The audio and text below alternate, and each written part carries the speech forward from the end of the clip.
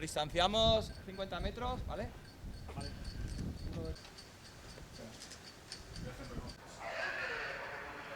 Vale, espera. Compañero, espera. Vale, nos retiramos todos de atrás.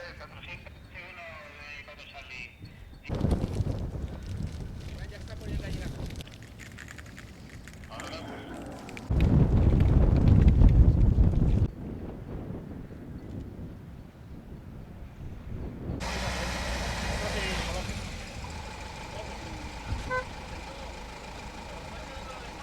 Vamos para allá, vamos a acercarnos.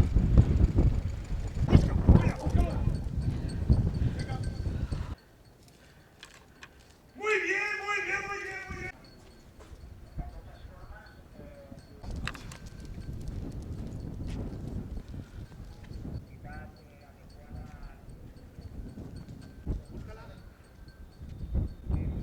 Bravo.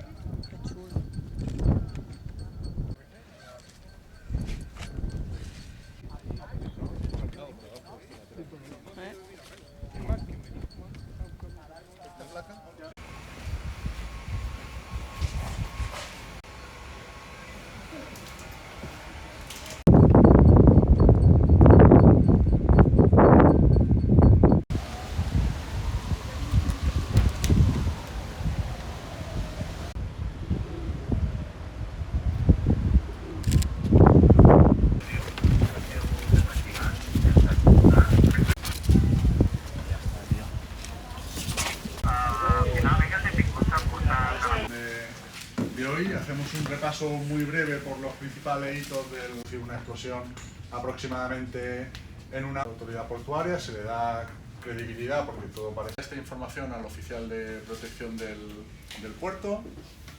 A su vez de activar los medios de Guardia Civil, Mossos y Guardia Urbana.